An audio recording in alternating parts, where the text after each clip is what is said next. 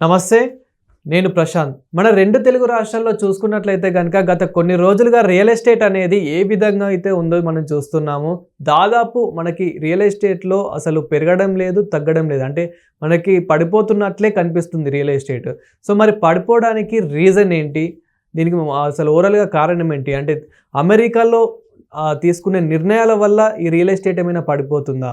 So, అసలు దీనికి reason ఏంటనైతే తెలుసుకుందాము. దీని గురించి అయితే మాట్లాడేందుకు ప్రస్తుతం మనతో పాటు 21st century IAS academy chairman Krishna Pradeep గారు ఉన్నారు. నమస్తే అండి. నమస్తే సార్, మనం గత కొన్ని రోజులుగా చూసుకున్నట్లయితే కనుక దాదాపు సంవత్సరం నుంచి అయితే మనకి రియల్ ఎస్టేట్ అంతంత మాత్రమే ఉంది. సో, అసలు ఇలా పడిపోవడానికి కారణం ఏంటి? అంటే అక్కడ అమెరికాలో తీసుకునే నిర్ణయాల వల్ల అంటారా? లేకపోతే ఓవరాల్‌గా మనకి గ్లోబల్‌గా తీసుకునే ఇవన్నిటి కంపేర్ చేసుకొని రియల్ ఎస్టేట్ అనేది పడిపోతుందా? ఇప్పుడు ప్రధానంగా రియల్ ఎస్టేట్ అనేది ప్రజల దగ్గర చేతిలో డబ్బులు ఎలా ఉంటే దాన్ని బట్టి ఉంటుంది. డబ్బులు చేతిలో తక్కువ ఉంటే రియల్ ఎస్టేట్ పడిపోతుంది. చేతిలో డబ్బులు ఎక్కువ ఉంటే రియల్ ఎస్టేట్ బాగుంటుంది. సో ప్రస్తుతం ఉన్న పరిస్థితుల్లో ఓవరాల్గా సపోజ్ తెలంగాణ రాష్ట్రంలో తీసుకుంటే కనుక ఆంధ్రాలో మనకి ఎప్పుడైతే కొత్త గవర్నమెంట్ వచ్చాక కొత్త రాజధాని నిర్మాణానికి పనులు చురుగ్గా మొదలైనప్పుడు తిరిగి మళ్ళీ ఆంధ్రాలో రియల్ ఎస్టేట్ పెరుగుతూ ఉంది. వెరాజ్ అదే టైంలో తెలంగాణలో హైడ్రా కార్యకలాపాల కారణంగా రియల్ ఎస్టేట్ మెల్లమెల్లగా పతనం అవడం ప్రారంభమైంది. ఆ తర్వాత మళ్ళీ రీసెంట్గా ఈ ఫైనాన్షియల్ డిస్ట్రిక్ట్ తర్వాత గచ్చిబౌలి ఈ ప్రాంతాల్లో రియల్ ఎస్టేట్ కొంచెం దెబ్బతినే ప్రమాదం ఎందుకు ఉందంటే ఈ హెచ్యు భూముల ఇష్యూ ఏదైతే ఉందో ఆ నేపథ్యంలో గవర్నమెంట్ దీన్ని ఈ 400 ఎకరాల ప్రాంతాన్ని రియల్ ఎస్టేట్గా చేసే ప్రయత్నం చేసింది. ఒక 10,000 కోట్ల మొబిలైజ్ చేద్దాం అనుకున్నారు. అది కనుక జరుగుంటే రియల్ ఎస్టేట్ మళ్ళీ పికప్ అయ్యేది. కానీ అదే టైంలో కేటీఆర్ గారు ఒక స్టేట్మెంట్ ఇచ్చారు. ఆ స్టేట్మెంట్ ఏంటంటే, ఒకవేళ మీరు ఎవరైనా ఈ భూములు కొన్నా కానీ తిరిగి మేము ఖచ్చితంగా వాటిని వాపస్ తీసుకుంటాం, వీటన్నిటినీ ఒక ఎకో పార్క్గా కన్వర్ట్ చేస్తామన్నారు. ఇది విపరీతమైనటువంటి భయాన్ని సృష్టించింది. అంటే ఓన్లీ దీన్నే ఎకో పార్క్గా క్రియేట్ చేస్తారా, మిగతా భూములు కూడా ఎకో పార్కులుగా పర్యావరణ నేపథ్యంలో క్రియేట్ చేస్తారా, మరి మా భూములకి సేఫ్టీ ఏంటి, ఈ ఆలోచనలు కూడా మొదలైనవి పబ్లిక్లో. దానివల్ల కూడా రియల్ ఎస్టేట్ స్తబ్దుగా ఉంది. ఇప్పుడు ట్రంప్ గారు తీసుకున్నటువంటి నిర్ణయాల కారణంగా ఈ వస్తువులు ఎగుమతులు తగ్గిపోయే ప్రమాదం. ఎందుకంటే ఈ సుంకాలు పెరిగిపోయినప్పుడు ఎగుమతులు తగ్గిపోతే విదేశీ ద్రవ్యం అనేది మన చేతిలో ఉండదు.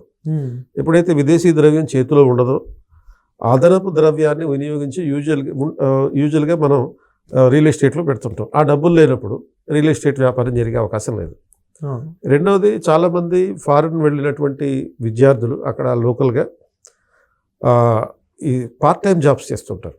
ఆ డబ్బులు కూడా ఇండియాకి పంపిస్తుంటారు, రెమిటెన్సెస్ రూపంలో కొంత పంపిస్తుంటారు. H1B వీసా మీద వెళ్ళిన వాళ్ళు కూడా పంపిస్తుంటారు. అండ్ ఇప్పుడు ప్రస్తుతం ఉన్నటువంటి భయాలు ఏంటి అంటే, ఈ ఇల్లీగల్ ఇమ్మిగ్రెంట్స్ ఎవరైతే ఉన్నారో ఇల్లీగల్ ఇమ్మిగ్రెంట్స్ కానీ, తర్వాత ఈ ఎడ్యుకేషన్ వీసాస్ మీద వెళ్ళి తిరిగి మళ్ళీ వాపస్ వచ్చేటటువంటి అవకాశం ఉన్నటువంటి స్టూడెంట్ వీసా మీద వెళ్ళిన వాళ్ళు కానీ, వీళ్ళు కూడా ఆదాయం పడిపోయేటటువంటి పరిస్థితి. కనుక ఆ ఆదాయాన్ని తిరిగి ఇక్కడికి పంపించలేనటువంటి పరిస్థితుల్లో డెఫినెట్లీ ఇక్కడ రియల్ ఎస్టేట్ వ్యాపారం అయితే కుంటుపడే అవకాశం ఉంది.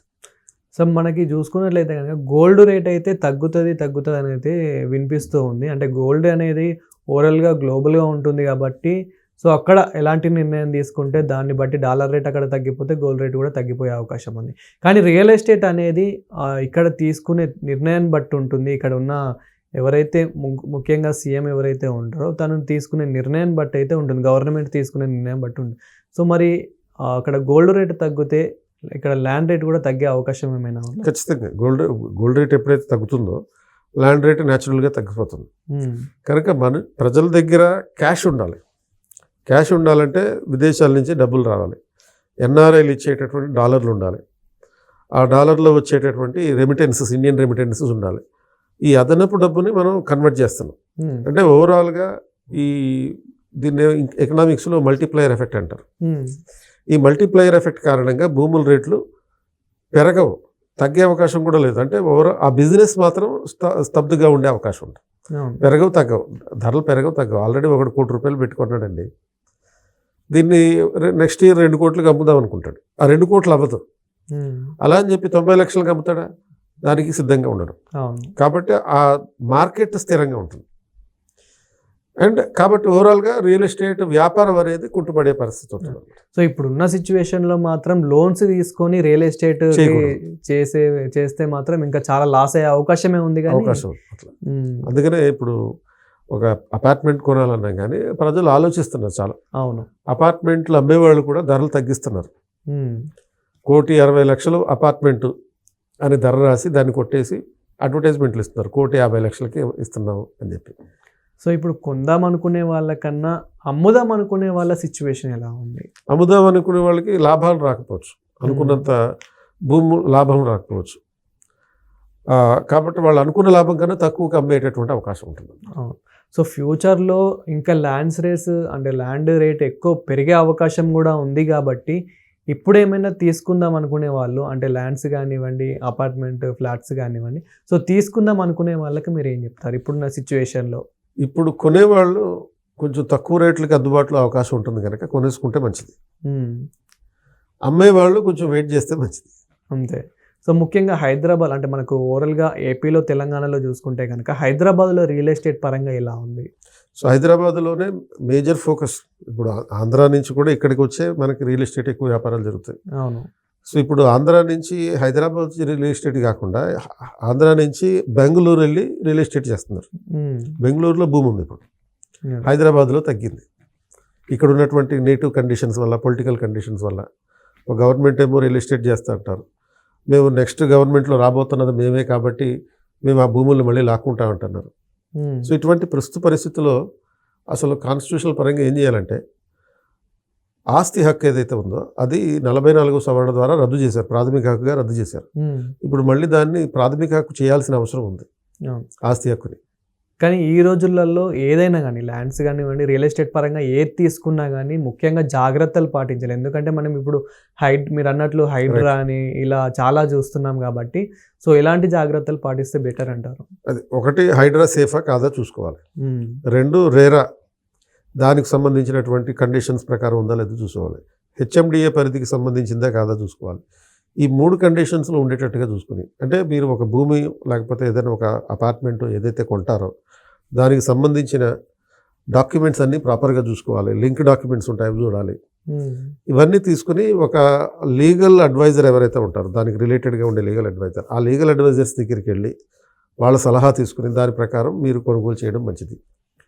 సో అక్కడ అమెరికాలో తీసుకునే నిర్ణయాల వల్ల ఇక్కడ ఇప్పుడు ప్రజెంట్ మన ఇండియాలో సో సిచ్యువేషన్ ఎలా ఉండబోతుంది ఫ్యూచర్లో? సో అమెరికాలో తీసుకునే నిర్ణయాల వల్ల ఒకటి, మన భారతదేశం నుంచి వెళ్ళే ఎగుమతులు తగ్గుతాయి ఫస్ట్. ఎందుకంటే అక్కడ స్థానికంగా మన ఇండియన్ ఇంపోర్ట్స్ మీద ధరలు పెరుగుతాయి కనుక, పెరిగిన ధరల నేపథ్యంలో ఇంపోర్ట్స్ అక్కడికి తగ్గుతాయి కనుక మన ఎక్స్పోర్ట్స్ తగ్గిపోయే ప్రమాదం ఉంది. అమెరికాకి వెళ్ళే ఎక్స్పోర్ట్స్ తగ్గుతాయి. అప్పుడు గవర్నమెంట్ ఏం చేయాలంటే ఆల్టర్నేటివ్ ఎక్స్పోర్ట్స్ చూడాలి. ఆల్టర్నేటివ్ కంట్రీస్ కంటే చైనాకి, యూరోపియన్ యూనియన్కి, తర్వాత ఆఫ్రికన్ యూనియన్కి, ఈ దేశాలకి ఆ ఎగుమతులు చేసే ప్రయత్నం చేయాలి. అప్పుడు ఆ ప్రభావం తగ్గించుకోవచ్చు అన్నమాట. Thank you sir. Thank you.